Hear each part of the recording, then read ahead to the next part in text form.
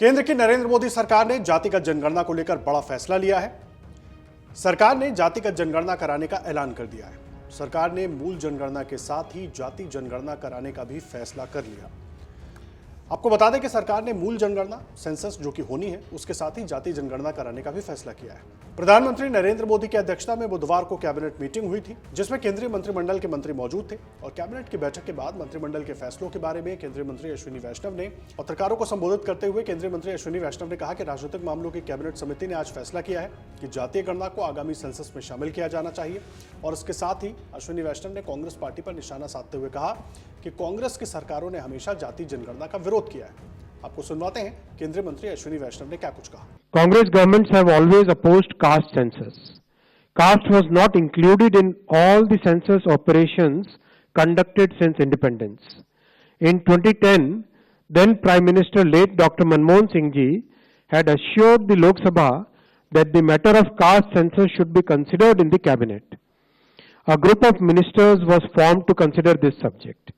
Most of the political parties had recommended caste census. Despite this, Congress government decided to conduct only a survey of caste instead of a caste census. That survey is known as SECC.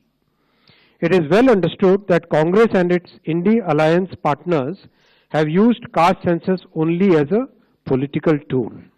जानकारी के मुताबिक जनगणना के form में ही जाति का भी column होगा और इसके आधार पर ही जानकारी जुटाई जाएगी कि देश में किस जाति के कितने लोग हैं।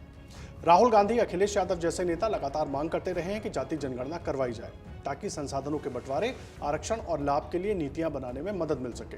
राहुल गांधी तो कई बार कहते रहे हैं कि हम सत्ता में आएंगे तो जाति जनगणना करवाएंगे और आरक्षण की 50% लिमिट को तोड़ देंगे। इस लिहाज से देखें तो विपक्ष के हाथ से सरकार ने जाति जनगणना वाले कार्ड को छीन लिया है। आपको बता दें कि मोदी सरकार ने यह फैसला बिहार विधानसभा चुनाव से कुछ महीने पहले लिया है। कहा जा रहा है कि जातिगत जनगणना कराने के ऐलान से बिहार विधानसभा चुनाव में एनडीए को इसका फायदा मिल सकता है।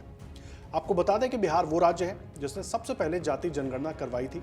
इसका श्रेय अब तक तेजस्वी यादव और राहुल गांधी जैसे नेता लेते रहे हैं, लेकिन अब चुनाव प्रचार में नीतीश कुमार और बीजेपी को फायदा मिलने की उम्मीद है। वहीं अब प्रधानमंत्री नरेंद्र मोदी ने जाति जनगणना को मंजूरी देकर कांग्रेस और राहुल गांधी का असली चुनावी मुद्दा छीन लिया है। सरकार के जातिगत जनगणना कराने की मांग पर विपक्षी नेताओं के भी बयान सामने आए हैं। आपको सुनवाते हैं बिहार के पूर्व डिप्टी सीएम और आरजेडी नेता तेजस्वी यादव ने क्या कुछ कहा। जो है देखिए, अभी भी हम लोग जब 65% आरक्षण बढ़ाए थे, जो फाइंडिंग्स आई थी बिहार का जाति जनगणना जो हम लोगों ने कराया था, उसके आधार पे 65% किया था और हम लोगों की लगातार मांग रही और हमारे कैबिनेट ने, जब महागठबंधन की सरकार थी, कैबिनेट में सिफारिश भी भारत सरकार को भेजी थी कि बिहार का जो आरक्षण की सीमा जो बढ़ाई गई है उसको सूची 9 में जो है डाला जाए, शेड्यूल 9 में जो है डाला जाए। लेकिन अब तक भारत सरकार ने ये काम नहीं किया और इसको कोर्ट में भाजपा ने फंसाने का काम किया। वहीं कांग्रेस सांसद चमाला किरण कुमार रेड्डी ने कहा कि यह पहल तेलंगाना राज्य से आई है, जिसने हाल ही में जाति जनगणना की है। भारत जोड़ो यात्रा निकालने वाले राहुल गांधी ने जाति जनगणना की आवश्यकता को उठाया था। हमारे नेता राहुल गांधी ने यही सपना देखा था।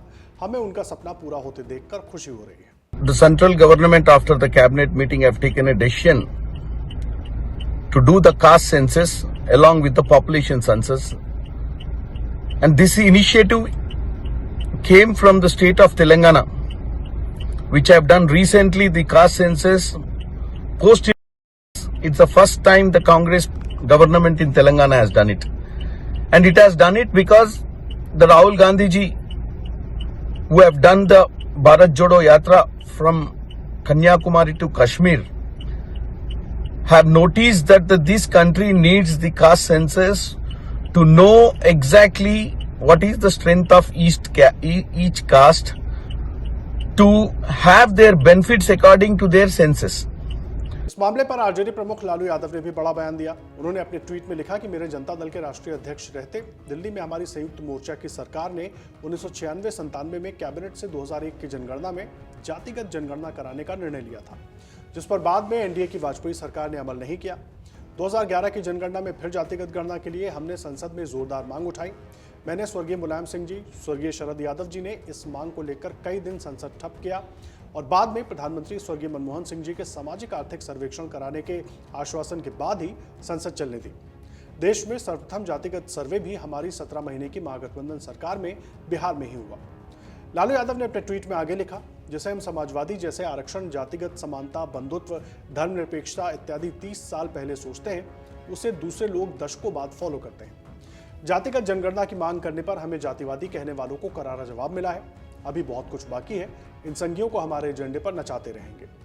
आपको बता दें कि जनगणना 1951 से हर 10 साल के अंतराल पर की जाती थी, लेकिन 2021 में कोरोना महामारी के कारण जनगणना टाल दी गई। इसके अलावा राष्ट्रीय जनसंख्या रजिस्टर को भी अपडेट करने का काम बाकी है।